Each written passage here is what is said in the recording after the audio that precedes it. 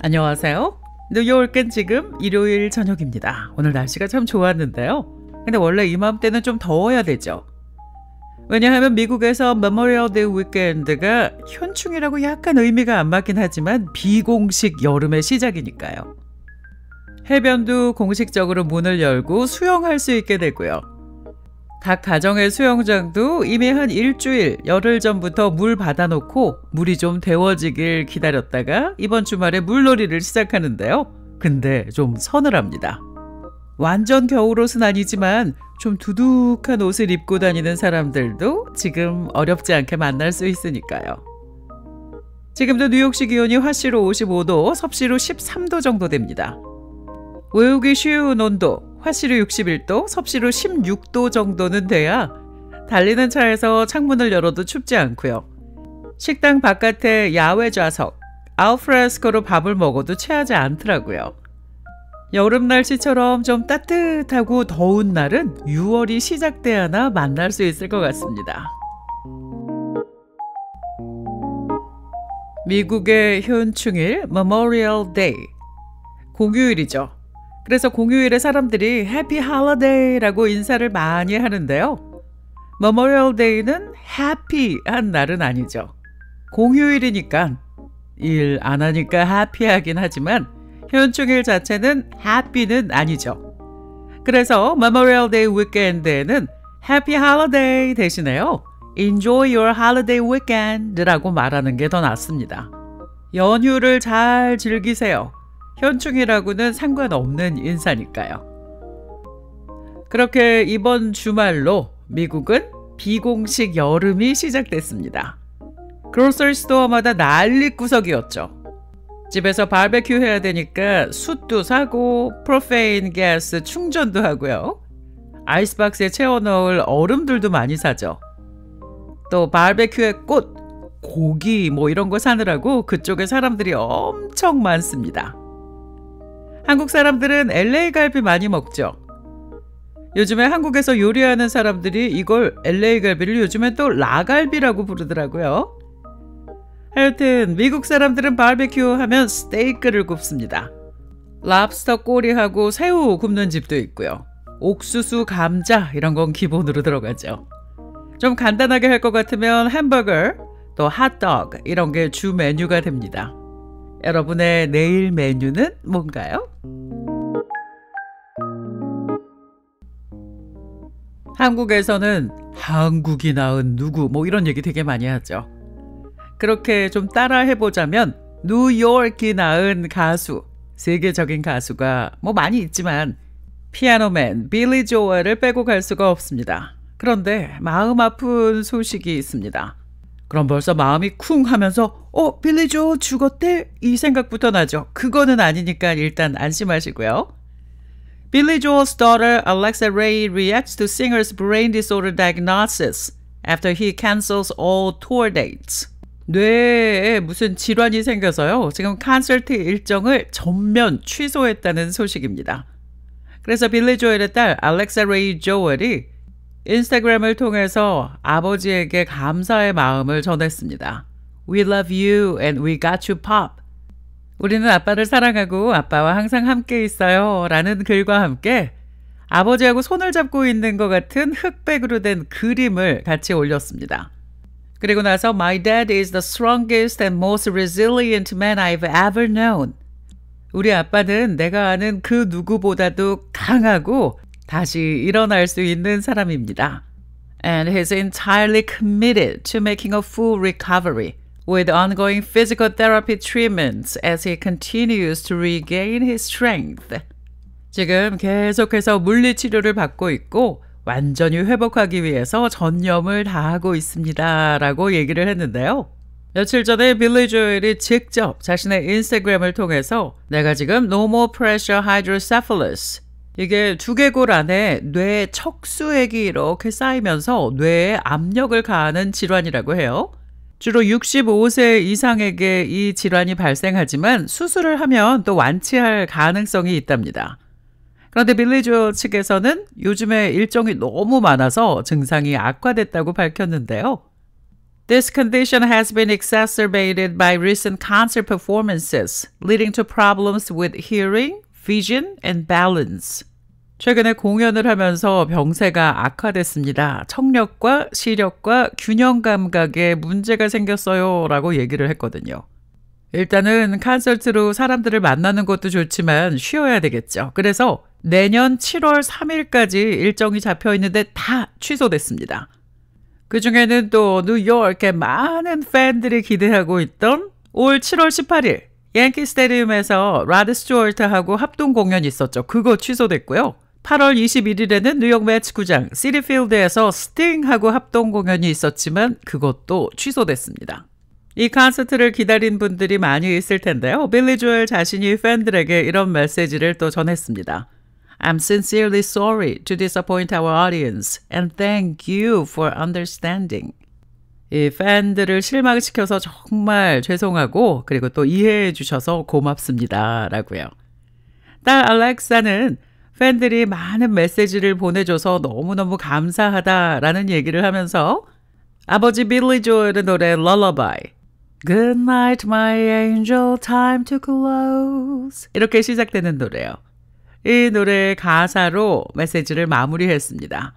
Someday we'll all be gone But lullabies go on and on They never die That's how you and I will be 언젠가 우리는 모두 떠나겠지만 자장가는 영원히 계속됩니다.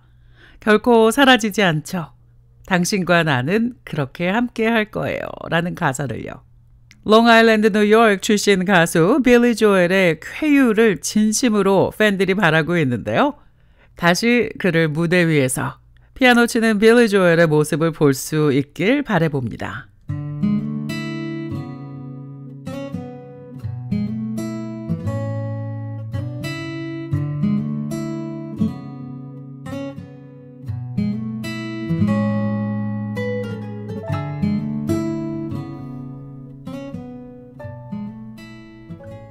이번에는 좀 화가 날 수도 있는 분노를 끌어오르게 만들 수도 있는 충격적인 얘기입니다. 틱톡에서 배울 것도 있죠. 배우는 것도 많이 있는데요. 그런데 틱톡을 중심으로 정말 어이없는 트렌드가 지금 퍼지고 있습니다. 어떤 목적을 위해서 챌린지라고 해서 그 일을 사람들이 막 같이 하는 뭐 이런 거 있죠. 몇 년 전에 루 게릭 병 그 인식 확산을 위해서 아이스버킷 챌린지 했던 거 기억나세요? 사람들이 얼음물을 그냥 막 뒤집어 썼던 그 챌린지. 그런데 이번에 하는 Mark Your Mind 챌린지는 뭐냐? 사람이 아니라 강아지들한테, 개들한테 얼음물을 들이붓는 겁니다. 사람들은 어떤 일이 일어날지 알고 하니까 그래도 얼음물 뒤집어 쓰고 추워서 그냥 와 소리 지르고 이랬던 거 아마 기억하실 텐데요. 아무것도 모르고 있는 개들에게 얼음물을 그냥 갑자기 들이붓는 겁니다. 상상을 해보세요. 주인을 100% 믿고 있는 이 개가 갑자기 얼음물을 뒤집어 쓰는 그 순간 너무너무 공포스럽고 당황하겠죠. 그런데 많은 사람들이 지금 이걸 하고 있습니다. 그래서 전 세계의 동물보호 단체들 그리고 동물보호 활동가들이 강력하게 비판을 하고 나섰는데요. 동물권리단체 피다의 제이슨 베이커가 이렇게 얘기를 했습니다. Dousing an unsuspected dog with water is an appalling betrayal of their trust that undoubtedly leaves them confused and terrified. And it's every bit as egregiously cruel as it would be if it were a child being harassed and antagonized. 아무것도 모르는 개에게 물을 들이붓는 그 행위는 개들이 신뢰하는 걸 아주 끔찍하게 저버리는 일입니다. 그리고 개들을 혼란스럽고 공포에 빠뜨리는 잔인한 행동입니다. 정말 이런 행동은 아이를 괴롭히는 것만큼이나 비열하고 잔인한 일입니다. 라는 얘기를 했는데요. 피라는 모든 개들을 키우는 사람들에게 이렇게 당부했습니다. PETA encourages animal guardians to use common sense Think about these senseless social media stunts from the animal perspective and always put their companion animals' well-being first. 라고요. 피라는 개들을 키우는 사람들이 common sense를 가지고 상식을 가지고 행동하길 바랍니다. 이런 말도 안 되는 senseless, 아무 의미도 없는 이런 소셜미디어 챌린지 하기 전에 동물의 입장에서 한번 생각해 보시길 바랍니다. 그리고 언제나 동물들의 복지를 최우선으로 여겨주시길 부탁드립니다. 라고 얘기를 했어요. 상식이 있는 사람들이라면 이런 행동 안 하겠죠. 그런데 요즘에 상식이 없는 사람들, common sense가 없는 사람들이 있잖아요. 영국의 동물보호 자선단체 블루크로스에서도 이런 입장을 내놨습니다. This is an upsetting trend where you can see the animals are visibly confused by the humans' behavior in these videos. 이 유행은 정말 불쾌한 행동입니다. 영상들 속에 있는 동물들이 인간의 행동이 확실히 당황하고 있는 모습이 보입니다. 라면서 Pets are not toys to be exploited, humiliated, or objectified for our own entertainment. Pets, 이 반려동물들은 우리가 오락을 위해서 이용하고 모욕하고 물건 취급을 하는 장난감이 아닙니다. 라고 말했습니다. 그런데 이 얼음물 챌린지 외에도 얼마 전에 뉴욕포스트가 보도한 또 다른 충격적인 트렌드가 있었는데요. 고양이나 강아지, 또 토끼까지도 그냥 앞발을 잡고 공중에서 막 돌리는 그런 영상이 유행처럼 번졌었습니다. 그 영상이 한참 만들어지고 유행할 때도 수의사들이 그리고 수의병원에서 일하는 간호사들이 굉장히 많은 경고 메시지를 보냈었는데요. 틱톡에서 이 영상 만드는 거 따라하다가 개들 떨어뜨려서 다친 애들이 또 많이 있었답니다. 그런데 증상이 아무리 사소해 보여도 개들을 수의사한테 빨리 데려가는 게 아주 중요하다고 얘기를 하는데요. 왜냐하면 It is important to take your dog to the vets, even if their problems appears minor. 별거 아닌 것 같아도 개들을 수의사에게 데려가는 게 아주 중요합니다. 왜냐하면 Some dogs are very good at hiding pain from their owner. 어떤 개들은 아프지 않은 것처럼 통증을 아주 잘 숨기기 때문입니다. 요즘에 소셜미디어로 갑자기 유명해지는 사람들도 많이 있죠. 또 돈을 많이 버는 사람들도 있습니다. 그런데 이 소셜미디어가 즐거운 공간, 따뜻한 공간이 돼야지 동물들에게 고통을 주면서 그걸로 즐거워하는, 그거 보고 낄낄거리는 그런 공간이 돼서는 안 될 겁니다. 진짜 사랑한다면 동물이나 사람이나 존중해서 시작된다는 사실 잊지 말아야 되겠습니다.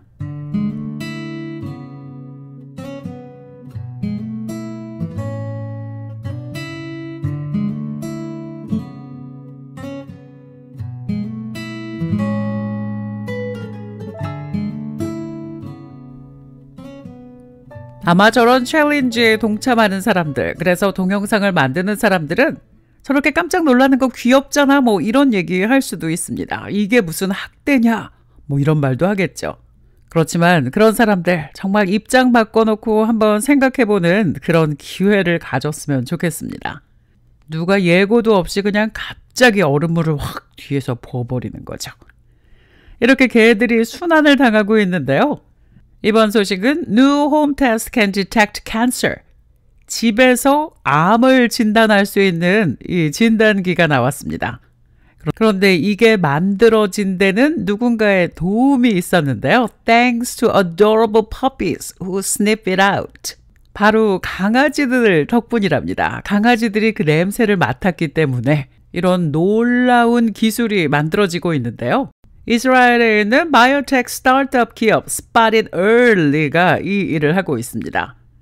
이 회사는 인공지능 AI하고 강아지들의 놀라운 후각을 결합해서 가정에서 손쉽게 사용할 수 있는 암 조기 진단 키트를 지금 개발하고 있습니다.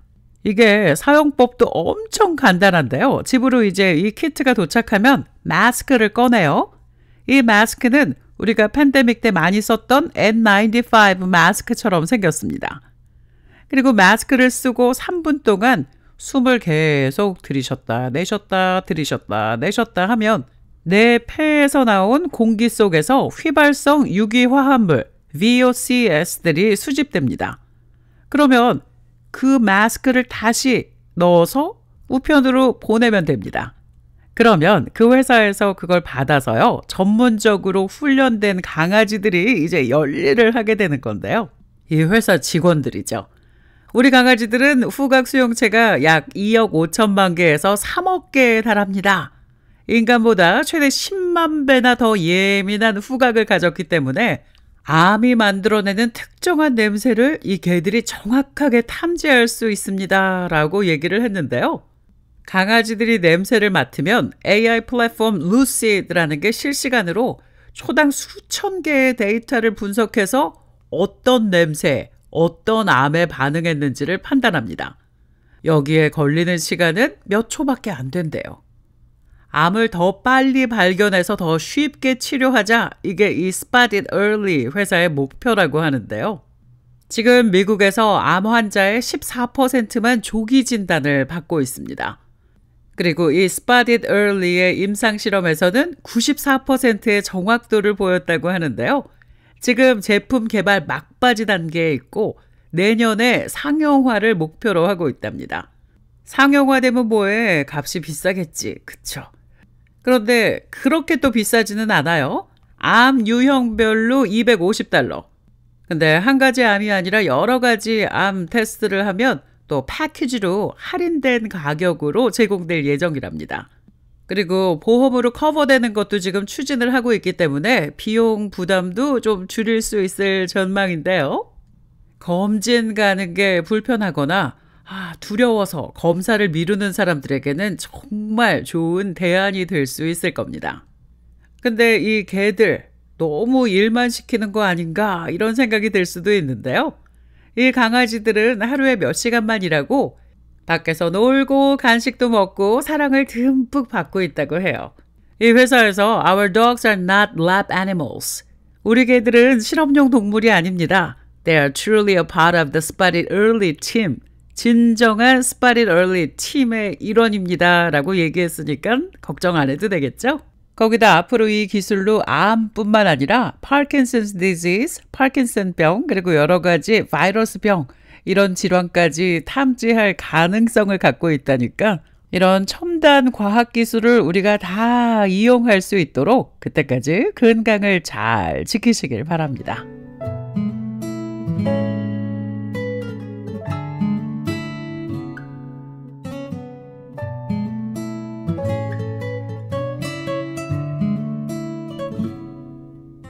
형제, 자매 있으신가요? 혹은 외동이신가요? 저는 3남매 중에 맏인데요. 남동생 하나, 여동생 하나 있거든요. 그런데 제 동생들은 아들만 하나씩 외동으로 지금 키우고 있습니다. 요즘에도 이런 얘기 하는지 모르겠는데요. 외동아이들에 대한 고정관념 있죠. 외동아이들은 외로우니까 부모가 하나 더 낳아줘야 된다, 뭐 이런 얘기들도 하고요. 외동아이들은 버릇이 없다, 이기적이다, 이런 얘기들을 합니다. 그런데 최근에 심리학자들이 연구 결과를 내놨는데요. 그 고정관념하고는 완전히 다른 면을 강조하고 있습니다. 6 positive traits of only children that aren't talked about enough. 외동아이들에 대해서 잘 알려지지 않은 6가지 긍정적인 특성이 있다라는 건데요. 요즘 미국에서도 one and done, 하나만 낳고 끝내는 가정이 늘어나고 있습니다. 그런데 왜 외동아이들에 대한 고정관념이 한국이나 미국이나 이렇게 생겼을까요? 그건 바로 19세기 후반에 연구를 했는데 그 연구의 오류에서 비롯됐습니다. 그래서 외동아이들에 대한 부정적인 시각이 오랫동안 사회에 뿌리 내려온 거죠. 그런데 최근의 연구에 따르면 형제자매 없이 외동으로 자라는 게 오히려 정신 건강에 또 삶의 만족도에도 더 긍정적인 영향을 미친다는 결과들이 나오고 있습니다. 그럼 외동아이들에게 자주 보이는 6가지 잘 알려지지 않은 장점들을 소개해 보겠습니다. 첫 번째, 혼자 있는 걸 두려워하지 않고 사교성이 뛰어나답니다. 외동아이들은 부모하고 보내는 시간이 많기 때문에 대화를 통해서 사회적인 기술을 자연스럽게 더 잘 배우게 됩니다. 집에서 형제자매하고 싸우고 지지고 볶고 안 하니까 또래들하고 관계도 훨씬 좋다고 해요. 그리고 혼자 노는 시간이 많기 때문에 창의력이 좋아지고 주도적으로 활동하는 능력을 키우는 데 도움이 된대요. 두 번째는 인간관계에 관한 건데요. 형제자매가 없기 때문에 친구를 내 가족처럼 여기고요. 더 깊게 오랫동안 관계를 잘 맺는 경향이 있습니다. 다른 사람을 진심으로 잘 챙기는 사람으로 성장하는 경우가 많다고 해요. 세 번째는 독립심입니다. 외동아이들은 문제 상황을 스스로 해결하는 능력을 더 일찍 배우게 되고요. 혼자서도 잘 노는 습관이 몸에 배어 있죠. 그래서 성인이 돼도 혼자 여행을 가거나 독립적으로 새로운 일을 시도하는데 거침이 없다고 해요. 좋죠. 네 번째는 언어 능력, 의사소통 능력이 형제자매 있는 아이들보다 더 뛰어나답니다. 부모하고 대화를 많이 하니까 어른하고 대화하는 데 익숙해지고요. 자연스럽게 높은 수준의 어휘력 그리고 의사 표현 능력을 익히게 됩니다. 공부할 때도 그렇고 직장에서도 그렇고요. 리더십을 발휘해야 되는 상황에서 강점이 될 수 있죠. 다섯 번째는 새로운 아이디어나 경험에 열린 태도를 보입니다. 올해 1월에 한 연구에서 외동아이들이 형제가 있는 아이들보다 새로운 것에 대해 더 개방적인 경향이 있다는 결과가 나왔습니다. 형제자매가 있는 아이들보다 부모하고 여러 가지를 더 많이 해봤겠죠. 그래서 더 개방적이고 탐험심도 더 높아질 수 있대요. 그리고 여섯 번째는 우리가 갖고 있는 고정관념. 외동아이들은 고집이 세다, 이기적이다 이런 거요. 그런데 사실은 대부분의 아이들하고 크게 다르지 않답니다. 아이들 성격 형성에는 부모가 어떻게 아이들을 키우는지, 또 유전적인 성향, 그리고 가정의 분위기가 더 큰 영향을 미치니까요. 외동이든 형제가 많든 행복한 부모 밑에서 자란 아이는 행복할 겁니다. 그러니까 저 아이는 외동이라 이기적이야, 고집이 세. 이런 부정적인 고정관념은 우리가 이제 걷어내는 게 좋겠습니다.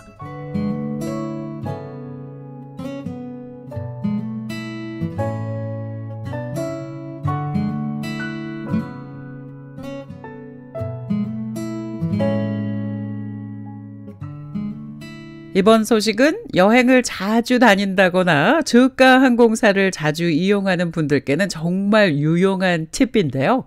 돈 더 내지 않고 좀 편안한 좌석에 어떻게 앉을 수 있느냐, 그 방법에 대한 겁니다.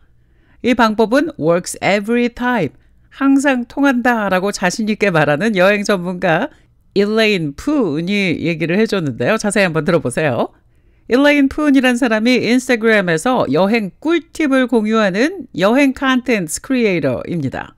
그런데 최근에 올린 영상에서 몇백만 뷰가 나왔는데 라이언에어 같은 유럽의 저가 항공사에서 좌석 지정 요금을 내지 않고도 좋은 자리를 얻는 비법이 있다라고 공개를 했는데 그 비법은 한 가지입니다. Check-in online as late as possible. 온라인으로 체크인을 하기는 하는데 가능한 한 늦게 하라는 거죠. 이 라이언에어 같은 저가 항공사는 대부분 좌석 선택할 때 그 요금으로 수익을 올린다고 해요. 그러니까 예를 들어서 사람들이 불편한 좌석을 배정받게 만든 다음에 그것보다 더 나은 자리를 원할 경우에는 추가 요금을 내게 만든다는 거죠. 근데 거의 대부분 사람들이 체크인을 마친 후에 가장 마지막에 남는 좌석들은 오히려 가장 좋은 자리가 남는답니다. 제일 앞줄이나 제일 뒷줄, 또 비상구가 있는 그 줄, 그렇게 다리 뻗기 좋은 좌석들이 체크인 막판까지 남아있을 확률이 높다는 거죠. 이 라이언에어나 이지젯을 이용하는 사람들이 저가 항공사를 이용하는 이유는 싸게 가려고 하는 거잖아요. 그래서 굳이 추가 요금을 사람들이 내지 않는답니다. 그래서 좋은 좌석들이 마지막까지 남아있고요. 사람들이 업그레이드를 잘 안 하니까요. 그래서 나중에 체크인을 하면 그 자리를 배정받게 된다는 건데요. 그런데 모든 것이 그렇듯 100% 성공을 보장하지는 않습니다. Obviously, don't check in too late. 물론 너무 늦게 체크인을 하면 안 되고요. 비행편마다 마감 시간이, 컷오프 타임이 다 다르기 때문에 확인하는 게 중요합니다. 라는 팁도 알려줬습니다.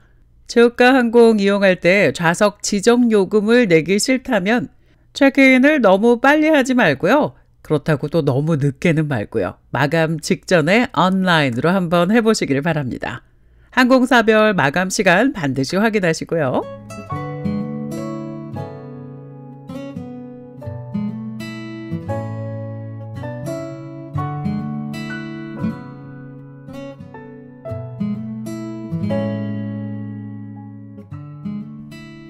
빨래 하시나요? 저도 일주일에 한 번은 세탁기 돌리는데요. 이런 기사가 있어요. This viral detergent hack has people questioning if they're doing laundry wrong.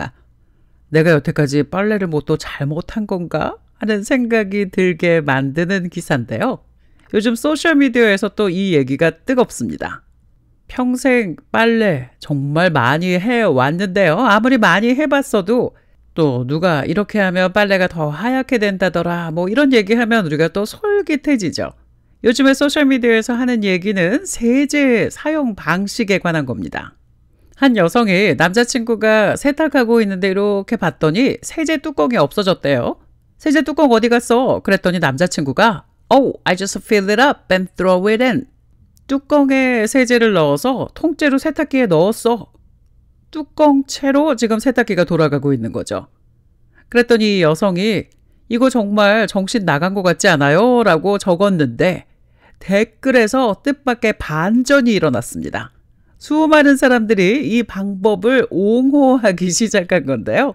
어떤 사람은 이렇게 댓글을 썼어요. I do this. 나도 이렇게 해요. Everyone thinks I'm crazy. 사람들은 내가 이상하대요. 그런데 But their detergent caps are disgusting and mine is always clean. 다른 사람들 세제 뚜껑은 끈끈한데 내 세제 뚜껑은 항상 깨끗하거든요. 또 이 말을 듣고 보니까 맞는 것 같기도 하죠. 세제 뚜껑에다가 세제 넣어서 그걸로 재서 부어 넣잖아요. 근데 그 세제 뚜껑을 세탁기 안에다가 그냥 넣으면 뚜껑에 묻은 세제가 굳거나 찐득찐득해지는 게 방지되니까요. 여기에 대해서 청소 전문가 베키 레핀척 씨가 이렇게 얘기를 했습니다. It's totally common. 이거 아주 흔한 방법이에요. This method works great at keeping the drips off the bottle and off the shelf. 뚜껑에 세제 넣었다가 그거 거꾸로 해서 뚜껑 닫으면 쭉 흘러내리기도 하죠. 근데 이렇게 하면 세제가 세제통에 흘러내리거나 선반에 묻는 일도 없거든요. 라고 전문가가 얘기를 했습니다. 또 한 명의 세탁 전문가, 일명 자신을 세탁 전도사라고요. The Laundry Evangelist Patrick Richardson이라는 사람도 이렇게 얘기를 했습니다. I kind of love it because it keeps the bottle clean. You just throw it in, it comes out clean and you put it back.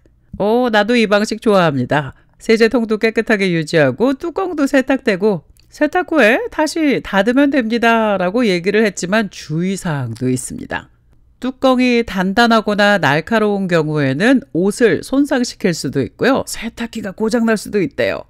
뚜껑이 세탁기 내부에서 깨지거나 걸릴 수 있고요. 세제가 골고루 퍼지지 않고 한 군데 뭉치면서 얼룩이 생길 수도 있습니다. 또 세제 병 뚜껑 없이 한동안 놔두면 개들이 와서 핥아먹을 수 있으니까 그것도 위험하겠죠. 그랬더니 또 다른 의견을 내놓은 사람이 있는데요. 부드러운 소재의 실리콘 계량 숟갈을 이용하면 옷감이 상할 염려가 없을 거다 뭐 이런 얘기를 한 사람도 있습니다. 그냥 별거 아닌 일 같은데 생각도 안 해본 일 같은데요. 이렇게 단순한 세제통 뚜껑 하나를 어떻게 쓰느냐가 또 아주 깊은 논쟁거리가 될 수도 있습니다. 근데 이렇게 많은 사람들이 관심을 갖는다는 얘기는 빨래는 누구든지 다 하고 산다는 얘기겠죠?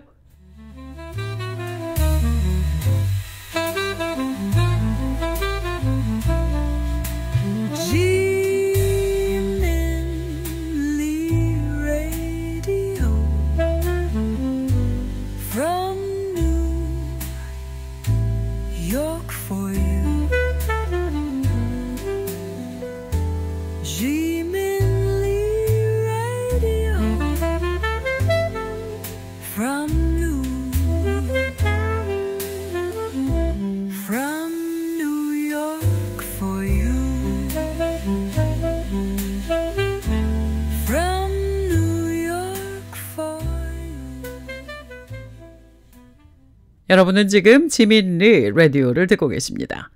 빨래 얘기했으니까 이제 주방 청소 얘기를 좀 해보겠습니다. 주방에 레인지 후드 있죠. 그 레인지 후드 청소 잘 하고 계신가요? 아우, 주부들은 정말 할 일이 많죠. 어느 정도에 한 번씩 이 레인지 후드 청소하고 계신가요? You are probably not cleaning your range hood nearly often enough. 이 레인지 후드를 사람들이 청소 잘 하지 않고 있다는 건데요. 더 자주 해야 된답니다. 이 레인지 후드가 조리하면서 발생하는 연기나 수분이나 기름을 빨아들이죠.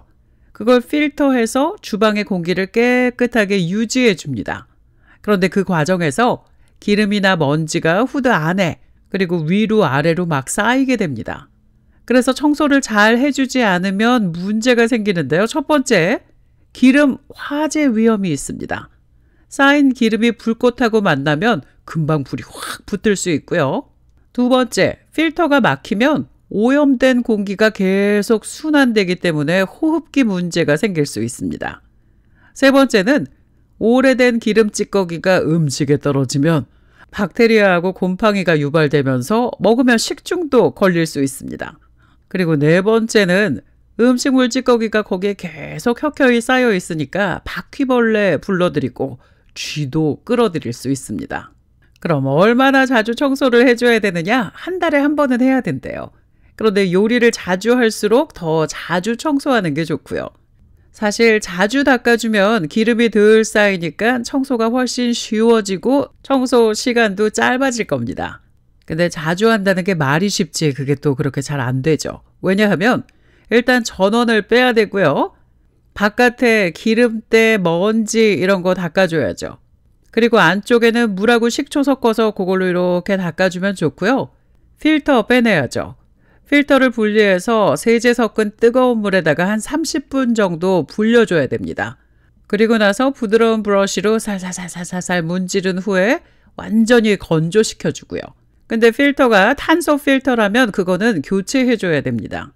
그리고 전원 꺼놨으니까 팬의 안에 날개 부분, 거기도 기름이 아마 엄청 엉겨 있을 거예요. 거기도 기름 싹 닦아줘야 됩니다. 그리고 환기 통로는 기름이 너무 많이 끼어 있으면 청소 전문가를 불러야죠. 지금 얼른 가서 여러분 레인지 후드를 한번 들여다보세요. 그리고 마지막으로 내가 청소한 게 언제였지? 기억이 안 난다면 오늘이 바로 그날입니다.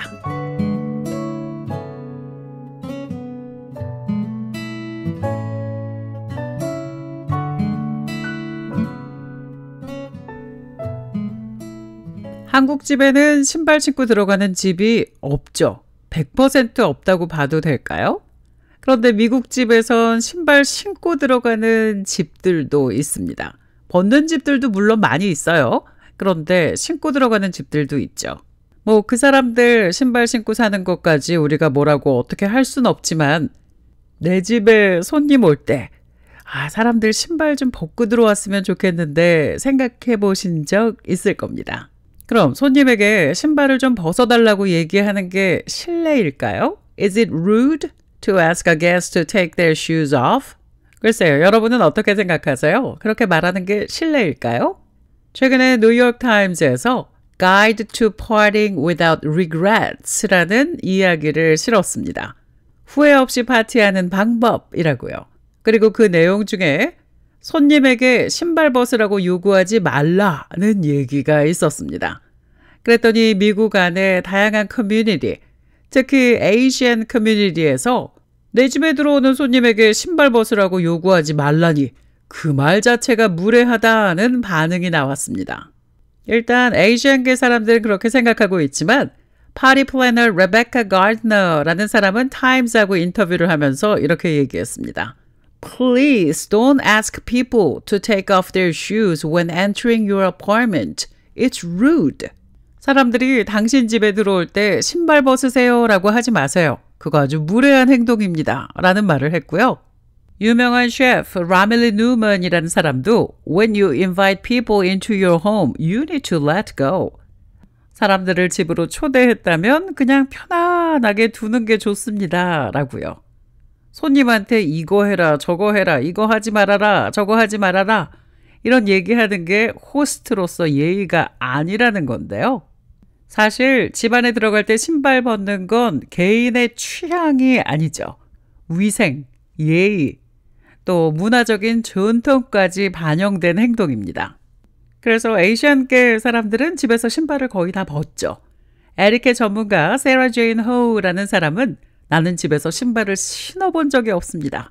위생적으로 아주 중요한 문제죠.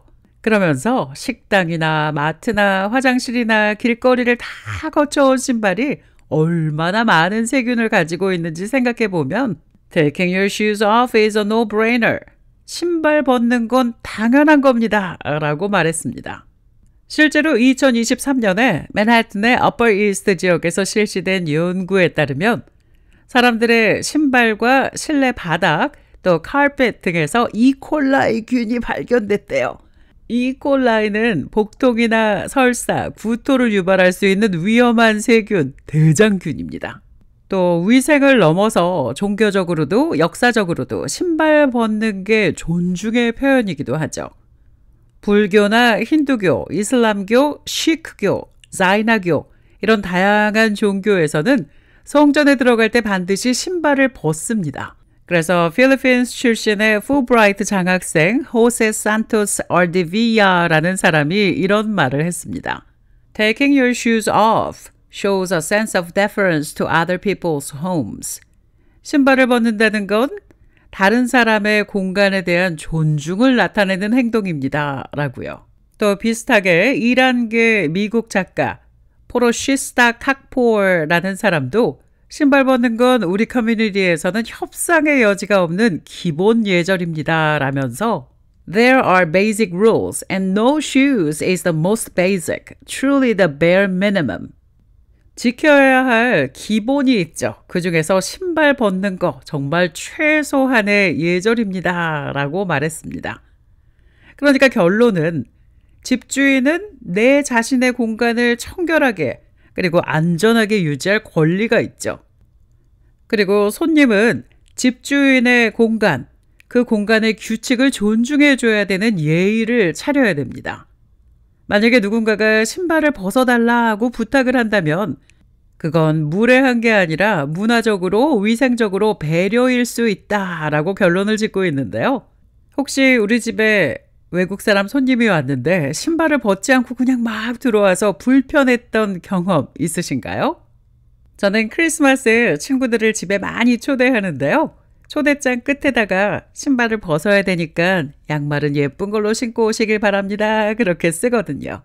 신발 벗을 거라고 생각하지 않으면 그냥 양말 신지 않고 맨발로 신발 신고 나가는 경우도 있고요. 어차피 신발 안 벗을 건데 뭐 하고 약간 구멍이 난 양말을 신고 나갈 수도 있잖아요. 문화적으로 다른 것 때문에 이 신발 벗으라고 얘기하는 게 무례한 거다, 아니다. 이렇게 또 갑론을박이 벌어지고 있는데요. 문화가 아니어도 더러운 신발 밖에 벗어놓고 들어오는 게 훨씬 좋겠죠?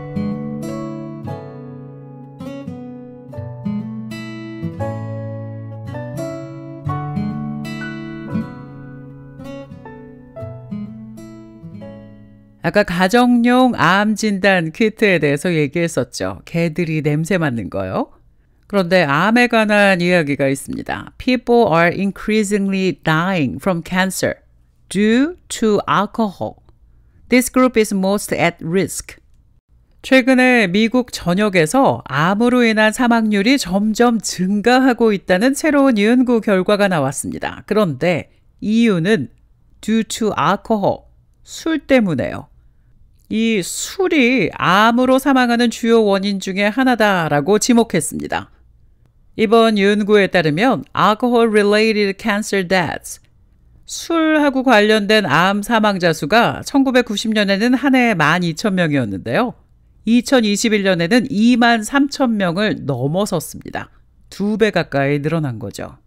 이 연구 결과는 아직 학술지에 정식으로 발표되지는 않았는데요. 이번 주에 시카고에서 열리는 American Society of Clinical Oncology 연례회의에서 발표될 예정입니다. 근데 제목에서 This group is most at risk 라고 얘기를 했죠. 어느 그룹이 누가 가장 위험할까요? 연구에 따르면 55세 이상의 남성, men aged 55 and older, 이 그룹이 가장 큰 위험군에 해당됩니다. 여성의 경우에는 같은 기간 동안, 그러니까 1990년하고 2021년을 비교했을 때 alcohol-related cancer deaths가 8% 증가했는데요. 남성의 경우에는 무려 56%나 급증했기 때문입니다. 이 연구는 University of Miami Cancer Center에서 한 건데요. 책임자 Dr. Chinmay Jani가 이렇게 말했습니다. It was not surprising that it was higher in men, but it was certainly surprising how much higher it was in men versus women. 남성이 더 높게 나올 거라는 건 예상했지만 여성들과의 격차가 이렇게 크다는 데 대해서는 정말 놀랐습니다. 라고요. 남성들이 더 높게 나올 걸 예상했다는 말은 연구진들은 그 이유 중에 하나로 남성들이 더 어릴 때부터 술을 마시기 시작했다는 점을 들고 있습니다.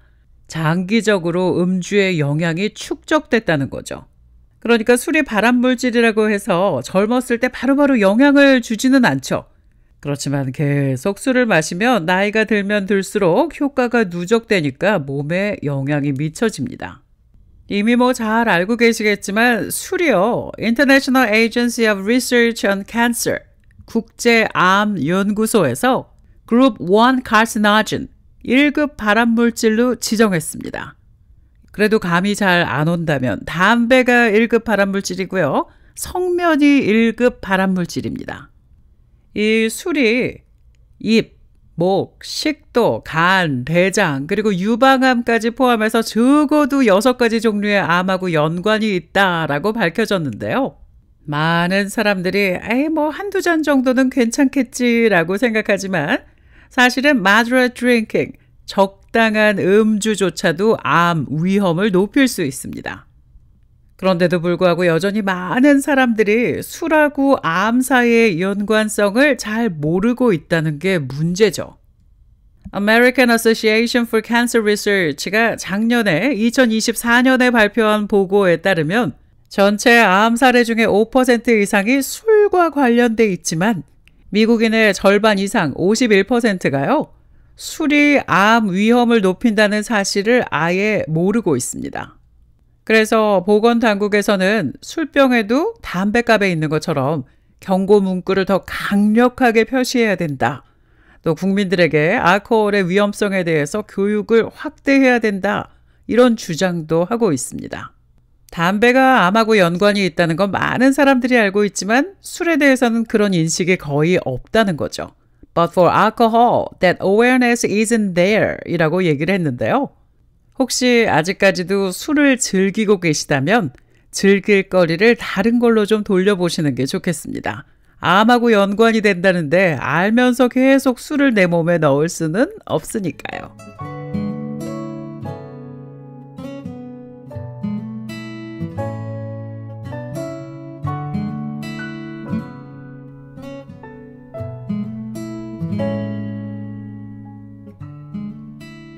몇 주 전에 전 국민들이 거의 다 봤을 만한 그런 영상이 하나 있었습니다. 아마 지금 청취하는 분들 중에도 이거 보신 분들이 분명히 계실 텐데요. 생일 파티 하다가 남편이 자신의 아내가 외도했다는 걸 폭로한 사람이 있었죠. 이 남성은 닉 갈란티라는 firefighter인데요. 소방관. 올해 40번째 생일을 맞이하면서 손님들을 불러서 파티를 아주 크게 열었습니다. 파티를 하다가 본인이 마이크를 잡고 아내를 앞으로 나오라고 했죠. 서만타를 앞으로 나오라고 해서 결혼 반지 빼봐. 결혼 반지 새로 줄 것처럼요. 그랬더니 아내가 반지를 빼죠. 뭘까 하면서요. 그랬더니 그 반지를 받아서 주머니에 넣었습니다. 남성이. 그리고 나서 아내에게 뽀뽀를 한번 쭉 해주고요. 그리고 나서 마이크에 대고 손님들이 있는데 제가 욕은 effing으로 할게요. I effing know everything. That's right. 그리고 또 욕하고 I know everything. I know all about the Plan B pills you had to take. You filthy effing whore. Don't act like you don't effing know. 이렇게 얘기를 했습니다. 막 욕을 하니까 손님들이 정신이 없었겠죠. 내가 너에 대해서 다 알고 있어. 낙태하는 약 먹은 것도 알고 있어. 넌 더러운 여자야. 모르는 척하지 마. 뭐 이렇게 막 소리를 지른 거죠. 손님들이 당황해서 뭐 난리가 났습니다. 아내는 계속해서 무슨 소리냐고 모른 척을 하고 있었는데요. 결국에는 남편이 이혼 소송을 해서 아내가 소송장을 받았다는데요. 글쎄요. 정말 사랑하니까 한시라도 떨어지고 싶지 않으니까 결혼을 하겠죠. 그렇지만 사랑을 유지하는 데는 여러 가지가 필요할 겁니다. 책임감도 있어야 될 테고요. 신뢰도 있어야 되겠고 또 서로 존경하는 마음도 없어지지 않아야 되겠죠.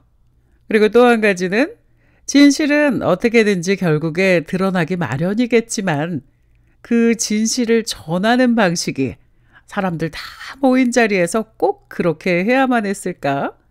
그냥 둘이 있을 때 얘기하면 안 되는 거였을까 하는 생각도 듭니다. 여러분은 어떻게 생각하시나요?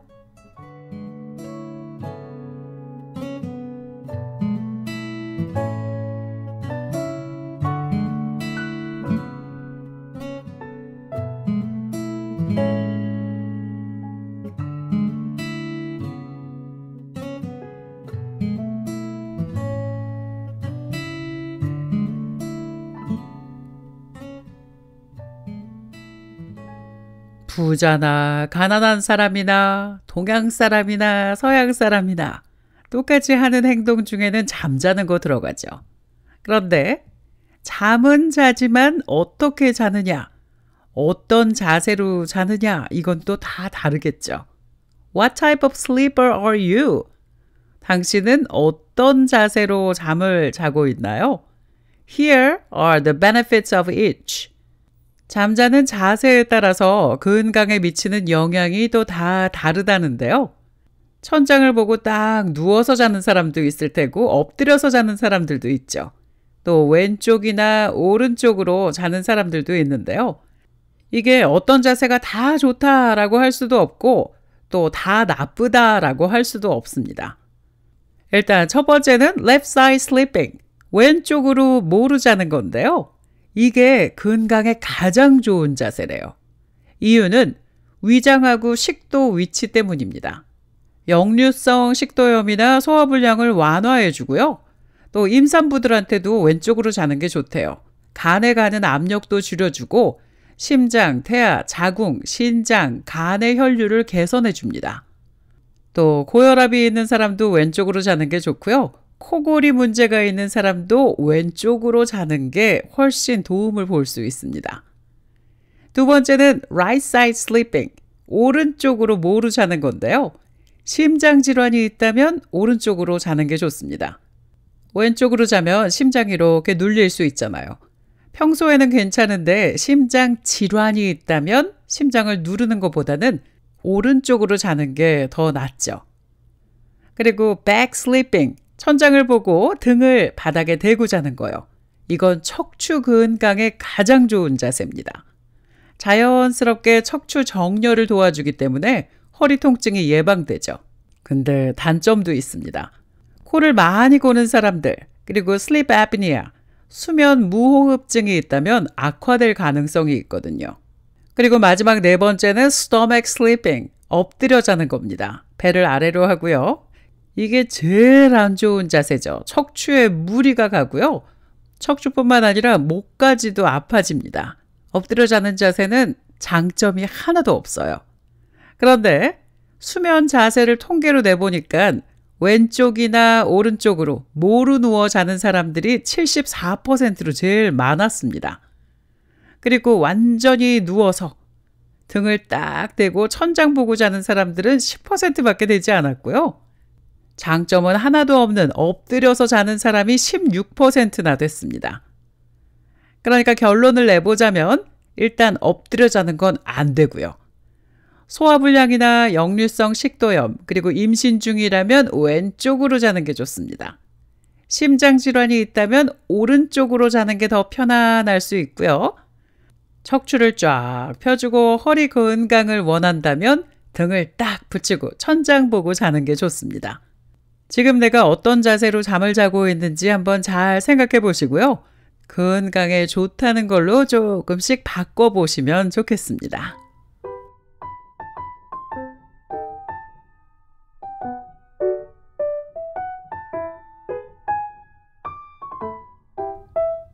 오늘은 건강 얘기를 좀 많이 했습니다. 세상에 중요한 게 많이 있지만 건강보다 중요한 건 없더라고요. 건강을 잃으면 모든 걸 다 잃는 거다. 아파보면 그 말이 진짜 뼈에 와닿죠. 또 건강은 건강할 때 지켜야 된다. 건강할 때는 이 말이 말장난처럼 들리죠. 그런데 어디 아파보면 의사에게 어떤 진단명을 받고 나면 건강은 건강할 때 지켜야 된다. 이 말이 말장난이 아니었구나. 정말 건강할 때 건강 지킬 걸. 그런 후회를 하게 됩니다. 그러니까 건강할 때 건강을 잘 지키기 위해서 건강에 좋지 않다는 건 다 끊어버리세요. 건강에 좋지 않은 담배 끊어야 됩니다. 술, 담배하고 똑같이 1급 발암물질입니다. 끊으면 좋겠죠. 한 번에 끊어지지 않는다면 절주, 아주 파격적으로 절주하세요. 그리고 먹는 것도 건강에 좋다는 것만 챙겨 먹고 건강에 좋다니까 몸도 자꾸 움직여주는 거. 규칙적으로 운동도 꼭 하시길 바랍니다. 100세 시대 하는데 정말 요즘에 90세 넘은 사람들, 90세 넘어도 건강하게 사는 사람들 너무너무 많이 보고 있습니다.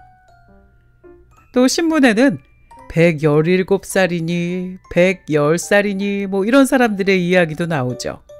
건강하게 살더라고요. 남들은 그렇게 건강하게 장수하고 있는데 나도 거기 껴야죠. 남들은 건강 장수하고 있는데 나는 아프다면 그거 정말 너무 속상하고 억울하니까요. 건강할 때 건강을 잘 지키시길 바랍니다.